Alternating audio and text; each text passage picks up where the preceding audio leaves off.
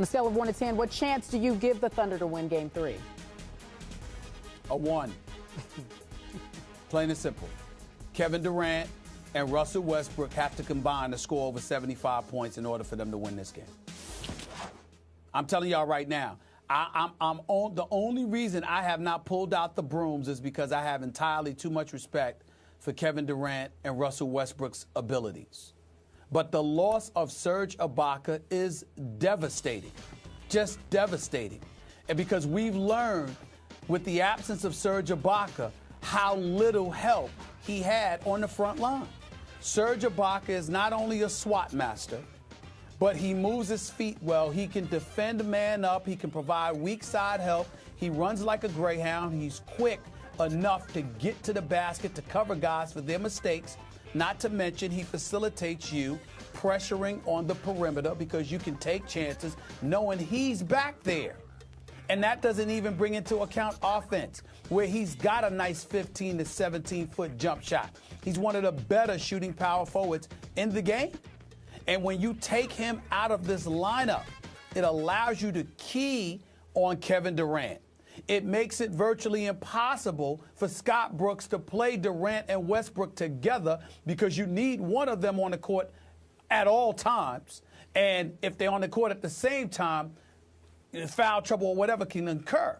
So they are at a decided disadvantage. Practically every shot I've seen San Antonio take in the paint, they're either alone or they've got like a 5 or 6 inch height advantage on somebody, or about a 30-pound weight advantage on somebody, whether it's Tim Duncan posting up Kevin Durant, whether it's Boris Diaw posting up Caron Butler or Reggie Jackson. It doesn't matter. They just, and Popovich, I don't care if Tony Parker, if Danny Green hits 5 3-pointers in a row, if Tony Parker hits 2 jump shots, if Manu Ginobili hits 2 3-pointers, if Popovich spots a mismatch, he literally goes away from that and attacks the mismatch. Whether it's Boris Diaw against Butler or Jackson, whether it's Duncan on Durant, or whomever the case may be, whether it's Thiago Splitter finding himself in a hole with Russell Westbrook on his backside, it doesn't matter. Popovich attacks your weak spots. That's his specialty. Oklahoma City doesn't have the depth to overcome that. If they're going to win a game, it's going to be Game 3. That's why I gave it a 1, out of respect for Durant and Westbrook. Otherwise, my broomsticks would be out already because I don't see this going past 5. He gave it a 1 in the fact that they won't do it. You're down like 1 on the low scale, yes. right? So you're saying Oklahoma City has a very small chance of winning Game 3, right?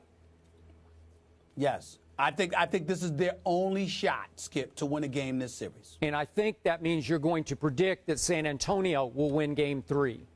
Correct? No. I'm gonna roll with Oklahoma City to win Game 3 and San Antonio to win in 5. You'd be higher on the scale of 1 to 10 then. I'm giving them a mulligan. I'm giving them 1 shot, Skip. This is the game. Okay. This is the game. Well, on the chance scale of 1 to 10, I'm giving Oklahoma City a 10. Oh. Because I think Oklahoma City will win Game 3 and win it fairly handily. I'll go 105 to 97 home team. And by the way, Mr. Smith, the home team is favored by the odds makers by 2 points Sunday night at Oklahoma City. So Thunder by 2. So they're saying we're giving them pretty much respect.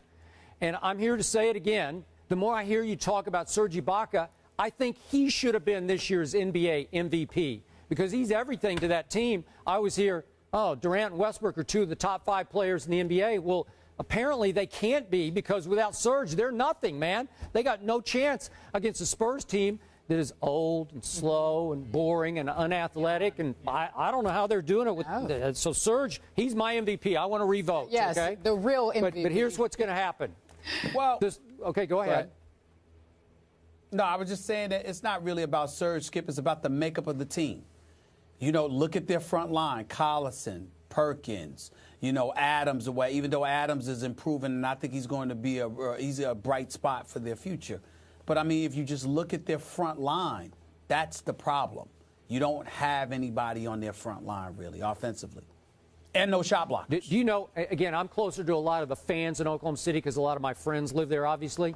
Do you know how much they get down on Serge Ibaka from night to night when he disappears? Low energy. Half the time they think he disappears. So there are many, many nights when Durant and Westbrook have to carry the whole show without much Serge Ibaka. Your friends that are at these games, I assure you, they have changed their mind.